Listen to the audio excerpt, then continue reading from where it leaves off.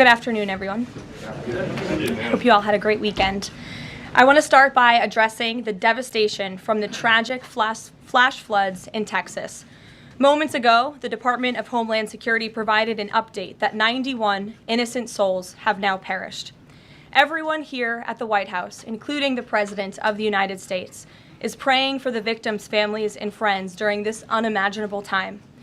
President Trump swiftly signed a major disaster declaration for Kerr County, Texas, to ensure our heroic first responders have every resource they need in the relief and recovery efforts. Secretary of Homeland Security Kristi Noem traveled to Texas over the weekend, and the entire Trump administration is working hand in glove with state and local officials to provide every assistance available. The situation on the ground remains dangerous, and there could be additional public safety threats with potential incoming heavy rain. So we encourage everyone in the area to remain vigilant, listen to all warnings, and respond accordingly. Unfortunately, in the wake of this once-in-a-generation natural disaster, we have seen many falsehoods pushed by Democrats such as Senator Chuck Schumer and some members of the media. Blaming President Trump for these floods is a depraved lie, and it serves no purpose during this time of national mourning. Here are the facts. In the lead up to this tragic natural disaster, the National Weather Service did its job. Despite unprecedented rainfall, the National Weather Service executed timely and precise forecasts and warnings. On July 3rd, the National Weather Service office in Austin, San Antonio, Texas, conducted forecast briefings for emergency management in the morning and issued a flood watch in the early afternoon. Flash flood warnings were also issued on the night of July 3rd and in the early morning of July 4th, giving preliminary lead times of more than 3 hours before flash flooding conditions occurred. And the National Weather Service office in New Braunfels, which delivers forecasts for Austin, San Antonio, and the surrounding areas, had extra staff on duty during the storms, despite claims of the contrary. So to any person who has deliberately lied about these facts surrounding this catastrophic event, you should be deeply ashamed. At this time, the administration's focus will be giving the victims and their communities the support they deserve during these recovery efforts in this tragic time. May God bless the great people of Texas, especially the parents who have lost their children. President Trump loves you. We are praying for you, and he will be traveling to see you later this week. Moving along to some further scheduling announcements. Tonight, President Trump will host the Prime Minister of Israel, Benjamin Netanyahu, for dinner, where they will discuss the positive developments taking place in the Middle East region. Tomorrow, the president will host his 6th cabinet meeting of his second term. Many of you will be invited to cover that. And on Wednesday, the president will host leaders from 5 African nations for lunch in the state dining room. In other news, after the historic signing on the South Lawn of the White House on the 4th of July, President Trump's One Big Beautiful Bill is now the law of the land. Republicans in Congress met the once-in-a-generation moment and codified the Make America Great Again agenda into law. After this monumental achievement, no other president in modern history has worked harder and faster to fulfill their campaign promises than Donald Trump. The One Big Beautiful Bill will get the United States of America firing again on all cylinders. It's safe to say that over the past few weeks, the president has delivered on many, many wins. For the 4th month in a row, jobs numbers beat market expectations with nearly 150,000 good jobs created in the month of June. The American economy has now added nearly 700,000 jobs since January 2025, with American-born workers accounting for all job gains. President Trump drove illegal border crossings to another historic low in the month of June, and Border Patrol once again released 0 illegal aliens into our country. The Supreme Court stopped activist judges from imposing nationwide injunctions and cleared the way for President Trump to carry out his popular and common sense agenda. The University of Pennsylvania agreed to all of the Trump administration's demands and will now keep men out of women's sports. President Trump secured his trade deal with Vietnam, giving the United States total access to their markets. Because of President Trump's unleashing American energy dominance, gas prices are at 4-year lows.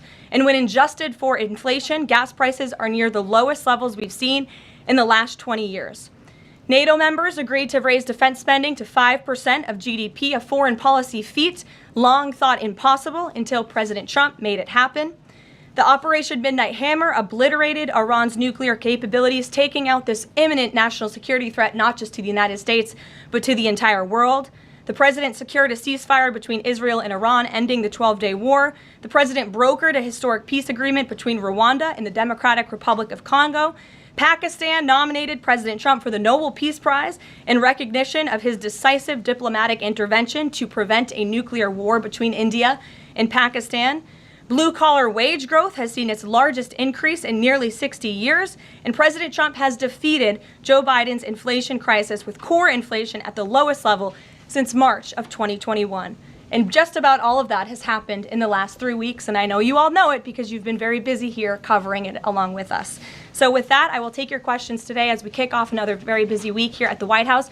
We'll lead with our new media seat, Brian Glenn, who is, of course, very present in this briefing room. He's put in a lot of hours covering this president, so we're glad you finally have a seat today. Brian, go ahead. It feels great to sit down. Thank you very much. You're welcome. I want to go back to the hurricane. You said that President Trump is scheduled to go to Texas later this week. Can you speculate on what day and what he has plans? Sure. The White House is currently arranging those travel plans. We hope that it will be later this week, likely on Friday, but of course we want to do it at the most appropriate time on the ground for state and local officials. We don't want to interrupt the recovery efforts, but we're planning tentatively for a Friday trip, and when that becomes final, we'll let all of you know, as we always do. And you gave a little bit of reaction earlier, but the National Weather Service, the union, actually publicly stated they had an adequate staff on hand to forecast and predict the storm.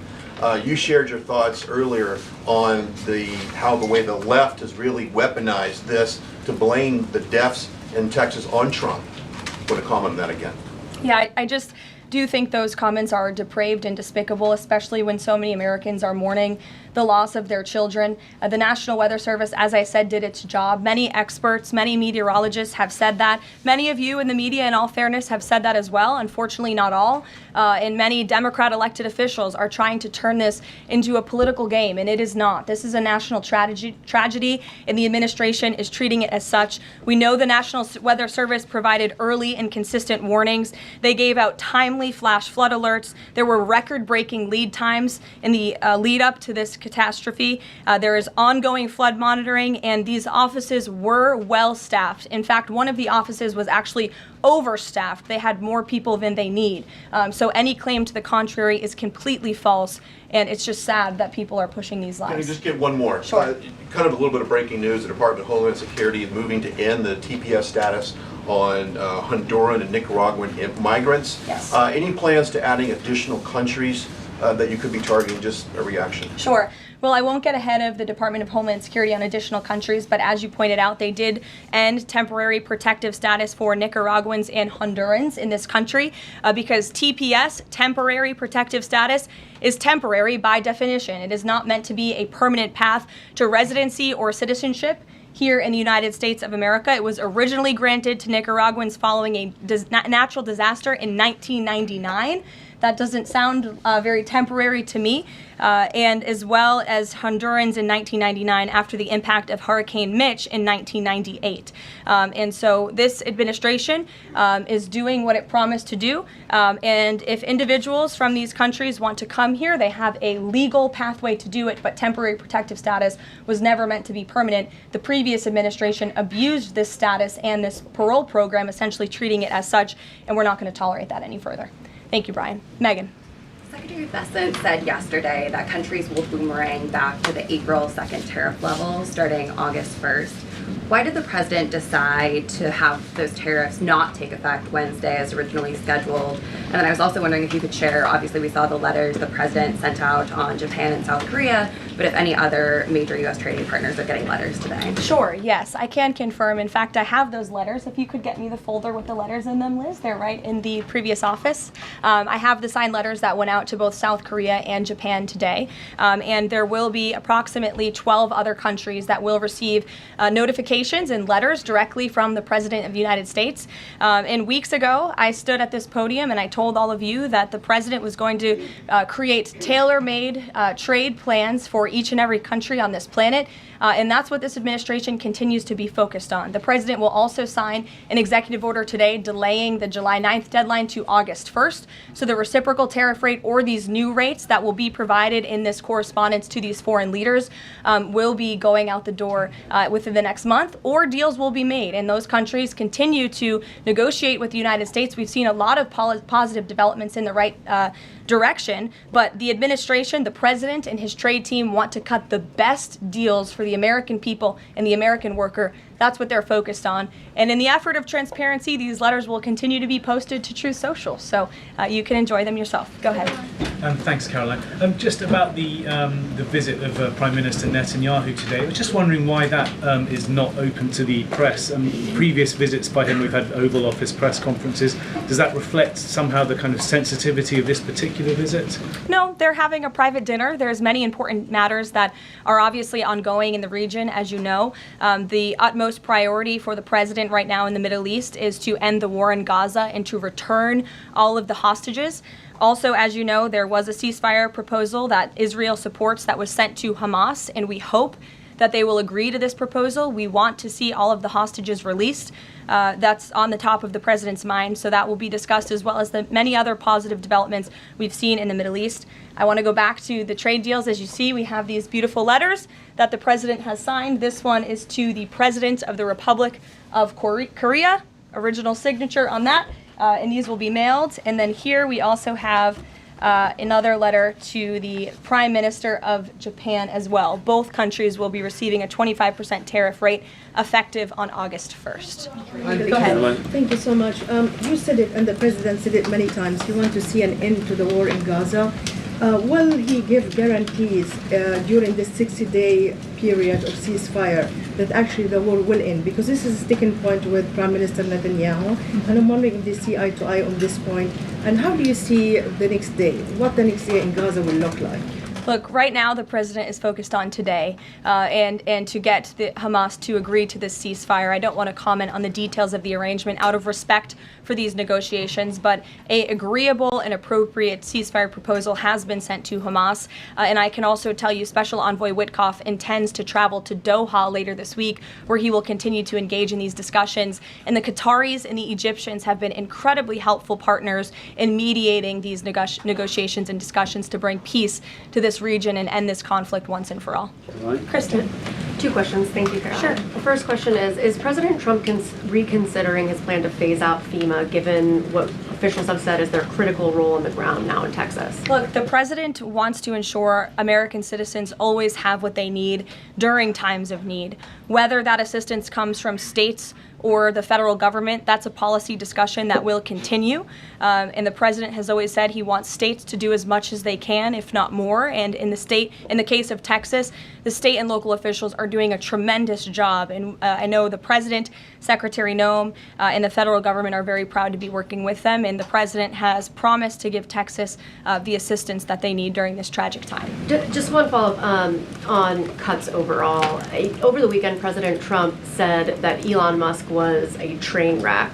Are there, given this current viewpoint, are there concerns within the White House or from the President himself over the cuts that happened under Musk while he was advising DOGE, including the National Weather Service? I think I've already addressed that, Kristen, and what I can tell you is that these offices were fully staffed. The San Angelo office was fully staffed with 12 forecast meteorologists. There were no vacancies. The San Antonio office was operating with 11 forecasters, and as Brian said, the union themselves said that there was adequate staffing. So I think those words speak for themselves, and the numbers speak for themselves. This was a once-in-a-century flash flood, a tragic natural disaster, and the administration is doing all that we can on the ground to help these families during this time of need. Jeff. Thanks very much, Caroline. Just following up on Kristen's question, is it still the President's plan to phase FEMA out by the end of this year? I just answered Kristen's question for you. One more, hold on, one more. Sure, I'll give it to you. Go ahead. The follow-up on trade as well. 12 more letters coming, you said. Can you give us a sense of which countries those are? I'll let the president reveal those in very due time. Keep your eyes on Truth Social. Michael, in the back. Thank you, Caroline. An armed shooter today was shot in McAllen, Texas, after opening fire on Border Patrol agents. Comes just days after Democratic Congresswoman Pramila Jayapal recently said she gets, quote, inspired when activists obstruct ICE. Does the White House expect Democrats to tone down their rhetoric in light of what we saw today in McAllen, Texas? We certainly call on Democrats to tone down their rhetoric against ICE and Border Patrol agents who, again, are everyday men and women. I would encourage AOC and other Democrats to actually meet with the United States Border Patrol. These are honorable Americans who are just simply trying to do their job to enforce the law. They go home to their families every night just like we all do, and they deserve respect and dignity for trying to enforce our nation's immigration laws and to remove public safety threats from our communities. The White House is aware of the shooting that took place today in Texas, and we are working with the appropriate federal agencies to get to the bottom of what happened. Caroline, the DOJ and FBI have now concluded there was no Jeffrey Epstein client list. What do you tell MAGA supporters who say they want anyone involved in Jeffrey Epstein's alleged crimes to be held accountable? This administration wants anyone who has ever committed a crime to be held accountable, and I would argue this administration has done more to lock up bad guys than certainly the previous administration. And the Trump administration is committed to truth and to transparency. That's why the Attorney General and the FBI Director pledged at the President's direction to do an exhaustive review of all of the files related to Jeffrey Epstein's crimes and his death. And they put out a memo in conclusion of that review. There was material they did not release because, frankly, it was incredibly graphic and it contained child pornography, which is not something that's appropriate for public consumption. But they committed to an exhaustive investigation. That's what they did, and they provided the results of that. That's transparency. Follow up on that, Sure. Caroline. Okay, so the FBI looks at the circumstances surrounding the death of Jeffrey Epstein. According to the report, this systematic review revealed no incriminating client list. So what happened to the Epstein client list that the Attorney General said she had on her desk? Well, I think if you go back and look at what the Attorney General said in that interview, which was on your network on Fox News. I've got the quote. Go ahead. John Roberts said, DOJ may be releasing the list of Jeffrey Epstein's clients. Will that really happen? And she said, it's sitting on my desk right now to review. Yes, she was saying the entirety of all of the paperwork, all of the paper in relation to Jeffrey Epstein's crimes. That's what the Attorney General was referring to, and I'll let her speak for that. But again, when it comes to the FBI and the Department of Justice, they are more than committed to ensuring that bad people are put behind bars. They have an operation going on right now called Summer Heat, which has our murder rate trending in the lowest direction in United States history. Their emphasis on violent crime and locking up violent criminals has led to the arrest of 14,000 violent criminals. That's a 62% increase from the same time period last year. So this Attorney General and the FBI Director are committed to putting bad people behind bars where they belong. They promised an exhaustive review. That's what they did. For any further details, I would refer you to the Department of Justice. Kate. Thanks, Caroline. With Prime Minister Netanyahu visiting the White House today, yesterday the president said that he was working on a more permanent deal with Iran, but several days ago he didn't think one was necessary. What changed?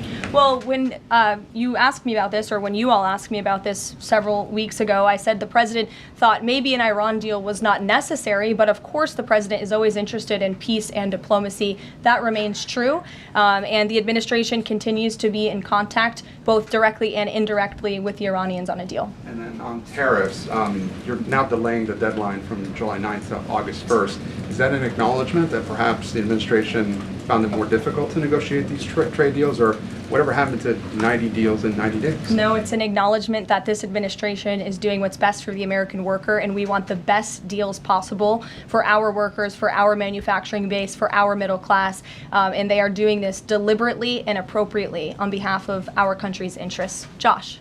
A couple more on the tariffs. You said about 12 more letters. There were about 55 or so countries, including the EU as a bloc, that were facing this tariff increase. All of those, to understand it correctly, are now deferred to August 1st, right? Correct. And on the 12, what happens with the remaining, whatever it would be, 40 something? So just 12 today. There will be additional letters in the coming days. So all of them are going to get a letter at some point? Correct. Okay, and can you tell me why he decided to start with South Korea and Japan? Are they annoying him? It's the president's prerogative, and those are the countries he chose. And on the sectoral tariffs, our understanding of these continue to be a separate track. We're still waiting on a bunch of those. That's right. If there's any timing update on when he's going to move on, for instance, semiconductor tariffs and other things that are still in the hopper? I don't have a timing update, but for where they are in the process, I would defer you to the Department of Commerce. Should we expect deals finally as well? He announced this Vietnam deal. Are you close on any other countries? The president and the administration, yes, we are close. But again, the president wants to ensure these are the best deals possible. And I would add just one more thing on trade and tariffs to wrap it up.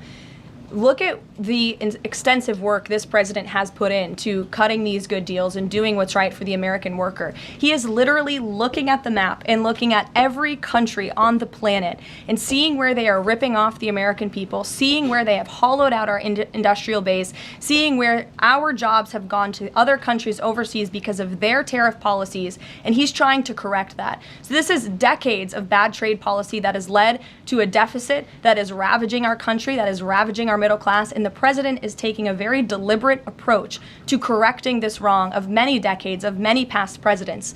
And so I think he should be commended for the time and the effort that he is putting into this. And the fact that he has announced a framework with China, a trade deal with the United Kingdom, a trade deal with Vietnam, and many others to come in just a matter of 6 months is truly historic, and it's a testament to this president and his trade team who are working around the clock to get this done.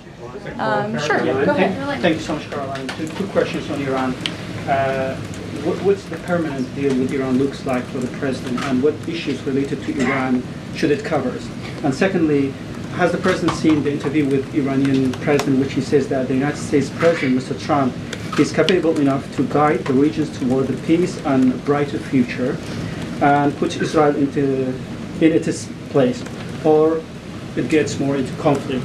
Has the president seen these comments, and what's his reaction to these comments? I'm not sure if he's seen those comments, but certainly I think it's true that the president is the right man for the job to move the direction, this region into the direction of peace and stability for the future. That's what he and his national security team are working on every day, and we've already seen historic achievements in that direction. Go ahead.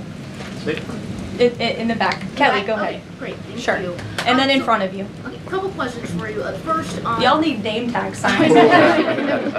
First question on the flooding in Texas. Sure. I know there has been some concern about the timing of the alerts, knowing that they did go out, but the warnings coming out in the wee hours, so while many people were likely sleeping. Can you share just details what you know about why those warnings were sent while people were likely sleeping, and then what the administration is doing to ensure that these alerts come out sooner? Well, the alerts imminently were sent out before the flood when people were sleeping because the flood hit in the very early hours of the morning. So people were sleeping in the middle of the night when this flood came. That was an act of God. It's not the administration's fault that the flood hit when it did. But there were early and consistent warnings. And again, the National Weather Service did its job. On July 2nd, there were initial notices of potential weather and flooding risks were issued. On July 3rd, escalating warnings throughout the day with a flood watch issued at 1:18 p.m. And then later at 6:10 p.m. on July 3rd, the Weather Prediction Center warned of excessive rainfall and a high likelihood of flash flooding. At 6:22 p.m. July 3rd, National Weather Center issued a hydraulic warning highlighting considerable flooding risks, including in Caryville County. And then there were the timely flash flood alerts at 11:41 p.m., 1:14 a.m., and then another flash flood emergency warning issued at 4:03 a.m. just before the flood hit. So those were all of the warnings that went out to the affected area and region. Go ahead. One question on education funding Go for ahead. states Thank you very and much. I local appreciate districts. it, Caroline. Two questions for you related to the Prime Minister's visit today. Number one, there's a report circulating that the Gaza Humanitarian Foundation provided a proposal to the White House to build these so-called humanitarian transit areas inside and outside of Gaza. The GHF is insistent it has nothing to do with that proposal. Can you shed any light on whether the White House has received such a proposal, and if so, from whom? I'm unaware if a proposal from the Gaza Humanitarian Foundation was sent to the White House. I haven't seen it, but I can ask our National Security Council. And also a document circulating that the White House is prepared to lift the Foreign Terrorist Organization designation from HTS, the group of President al-Shara in Syria. Can you confirm that that's taking place? Again, I haven't heard that, or I'm not aware of that action taking place. As you know, we did lift particular sanctions on Syria, but we did leave them on for particular terrorist groups. If that has changed, we will, of course, let you know if there's a change in policy, but I'm unaware of one at this time. Sure, go ahead. Me? Hi, Caroline. Thank you. And then you can go too, since you're so eager. Ahead of the president's meeting with Prime Minister Netanyahu today, is there a scenario where Israel has made it clear that they will not bring an end to this war until Hamas is decimated? And the president just 5 months ago suggested a potential takeover of Gaza. Is there a situation where tonight the two men will change their posture, and in the scenario that Hamas turns over the remaining hostages, that the war could come to a permanent end, and that they will seek that under that scenario that they would essentially try to bring this war to a permanent end beyond just that 60-day ceasefire? Again, you're putting a hypothetical situation in the air, so I don't want to comment on that out of respect for these ongoing negotiations and discussions that are taking place. But as for the takeover of Gaza, I don't believe the president ever said that. I think he discussed a rebuilding of Gaza once this war is over. This has become an uninhabitable place for human beings, and the president has a big heart. He wants this to be a prosperous, safe part of the region where people and families can thrive, and there will be a need for a real rebuilding effort when the time comes. But right now we need to end this war, and we need to bring all of the hostages home. The president is adamant about that. The war tonight? Look, again, I will let the president speak for himself later if he decides to comment on the details of the agreement, but out of respect for the discussions, I won't do that from the podium. Go ahead. So Congressman Lawler and Gottheimer have introduced a bill in Congress, the Bunker Buster Act, that would allow the United States to sell B-2 bombers and bunker buster bombs to Israel. Is that something the president would support? Well, I don't know if the president's aware of the Bunker Buster Act, but I will ask him and see what his opinion on that is. I'm not sure. Right, thank you. Caroline. Thank you, Caroline. Building off of the question earlier about the shooter in Texas who targeted ICE, Axios reported today, I believe, that Democrat lawmakers were saying their constituents are calling on them to be more violent when they go to ICE facilities, including, I believe, they want them to shed blood, and that they said that Democrat lawmakers should be willing to get shot themselves. Can you respond to that? And do you have concerns that any of these lawmakers might act on the wishes of their constituents? It's hard to believe anyone with morals in this country or decency would say such a thing. Obviously, the White House condemns that rhetoric, and we condemn violence of any kind. This administration is simply trying to enforce our laws, and we must be a nation of law and order. You cannot simply waltz across our border and live here illegally and expect to stay. We are going to enforce our nation's laws, and the men and women who are doing that are doing so in a respectful way. They are doing so within the confines of the law, and they are just trying to do their jobs. And we condemn any violence or any calls for violence of any kind against any American. Go ahead. Thank you, Caroline. I wanted to ask you if... I was not calling on you, but you can go ahead. It's fine. There's a lot of people in here today. President Trump already saw the letter that the Colombian President Gustavo Petro sent him, apologizing for his comments a few weeks ago, suggesting that there was an involvement from the U.S. government in an alleged coup d'etat in Colombia. And Secretary Rubio recalled the U.S. Chargé d'Affaires in Colombia. Did President Trump saw that letter, and what do you think about the comments from President Petro suggesting that the U.S. has some kind of involvement in a coup? I'm not sure if the president has seen that letter, but I can check with him in the National Security Council. We will get you a response if you follow up with my team. We will find out for you. Caroline. Sure, go ahead. Iris, go ahead. Thank you, Caroline. Thank you, Caroline. On two topics. First, I love how excited everyone is on Monday. Yes, Raquel, you can go after. On two topics. First, tariffs. The president announced last night that any countries aligning themselves with the anti-American policies of BRICS That's right. will be charged with an additional 10% tariff. Can you tell us more details on that? What specific policies is the president talking about here? What policies should countries stay away from to avoid being subject to additional tariffs? Sure. Well, the president feels, generally speaking, that BRICS is seeking to undermine the interests of the United States. It's the president's utmost responsibility to put the interests of the United States first. That's how he views his job as president. So he's going to ensure that America is fairly treated on the world stage, and he'll take any action necessary to prevent countries from taking advantage of the United States and our people. Raquel, go ahead. On the illegal immigrants, Our Tom Homan told us this morning that ICE will have to arrest 7,000 illegal immigrants every day for the remainder of this administration to just catch the ones that were let in during the last administration. I'm wondering what the new resources and manpower, of course, given by the Big Beautiful Bill, which of course opens the door for ICE to hire additional 10,000 agents and officers. What's the administration's expectations now for daily arrest numbers going forward in the upcoming months? Sure. I'll let the Secretary of Homeland Security and her department speak on what they're looking for in terms of daily numbers. What I can tell you is I receive the daily reports each morning, and ICE is out there doing the jobs that they swore an oath to do, and they are removing public safety threats from our communities every day, and our country is becoming a safer place because of their efforts. And the One Big Beautiful Bill that is now law will give significant resources to ICE and Border Patrol to continue the tremendous work that they are already doing. And I think every American who wants to live in a safe neighborhood should be grateful for their efforts. Thank you, Caroline, so much. Raquel, and then I can go to you. So much. And then you, Dr. Harper. Thank you, Caroline. It's a follow-up on the BRICS question. So does President Trump believe that the BRICS are getting stronger or trying to isolate the United States? And how close is he monitoring this summit that is taking place in Brazil right now? He's closely monitoring it, which is why he put out a statement himself. He does not perceive these countries as growing stronger. He just perceives them as trying to undermine the United States' interests, and that's not okay with him, no matter how strong or weak a country may be. Go ahead. Yes, go ahead. Yes. As promised, yes. Go ahead. Thank you. Does Trump have a vision for post-war Gaza? You mentioned, he's talking about now the ceasefire, but does he support permanent or temporary Israeli presence in the Gaza Strip? Does he continue to see a continued role for the Gaza Humanitarian Foundation to continue to operate in the Gaza Strip? Well, as you know, because we've talked about it before, the president has directed aid to be moved into the region, and that has been taking place. You've actually seen people in the Gaza Strip yelling out, "Thank you, Trump," for the aid and for the meals that they have received, because the previous administration never did that for some reason. But this president, again, wants to see peace and stability in the region. So as I outlined previously, he views this part of the region as having a real chance at being peaceful and prosperous. But again, we need to end this war. We need to get all the hostages home, and Hamas needs to accept this proposal in order to do that. Dr. Harper, go ahead. I'm Dr. Anthony Harper with the Intermountain Christian News. Thank you for taking my questions.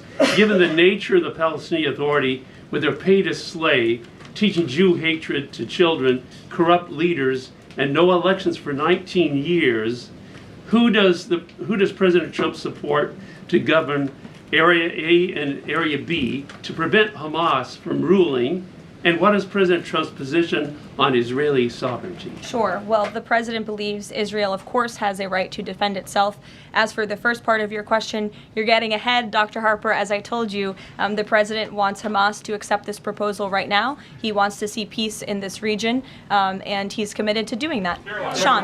Hey, Caroline, can you just please walk us through the decision to halt the supply of weapons to Ukraine at a time when Russia is really hitting Ukrainian cities and civilians? Was that the president who decided that, or did the Pentagon do it without his approval? No, neither of those things are true. I'm happy to walk you through it. This was a standard review by the Pentagon of all weapons and all aid and all support that the United States is providing all countries and all regions around the world, not just Ukraine.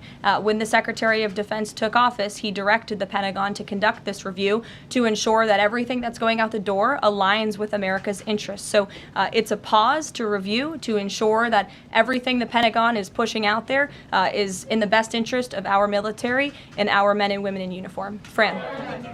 Two questions on Israel. You suggested that Hamas is the impediment currently to a ceasefire. So if not a ceasefire deal, then what does the president hope to achieve with tonight's dinner with the prime minister? Again, you guys are getting around to a lot of hypotheticals. I don't want to get ahead of the president, but there are many other issues to discuss with Prime Minister Netanyahu tonight related to the region and just the entire world. So this will be a dinner to talk about Operation Midnight Hammer, which was incredibly successful, to talk about peace in Gaza and ending that conflict, as well as many other topics of discussion in relation to Israel and the United States.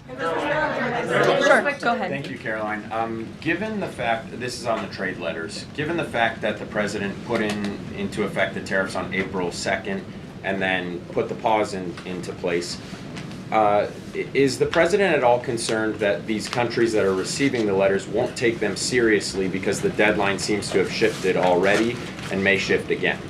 They will take the letters seriously because they have taken the president seriously. And that's why the president's phone, I can tell you, rings off the hook from world leaders all the time who are begging him to come to a deal. And this administration is working hard to ensure those deals are in the best interest of the American people. And this delay, again, is in the best interest of the American people. And you all will continue to see these letters released on the president's Truth Social. And we will see you all later. Thank you, guys. Thanks, Caroline.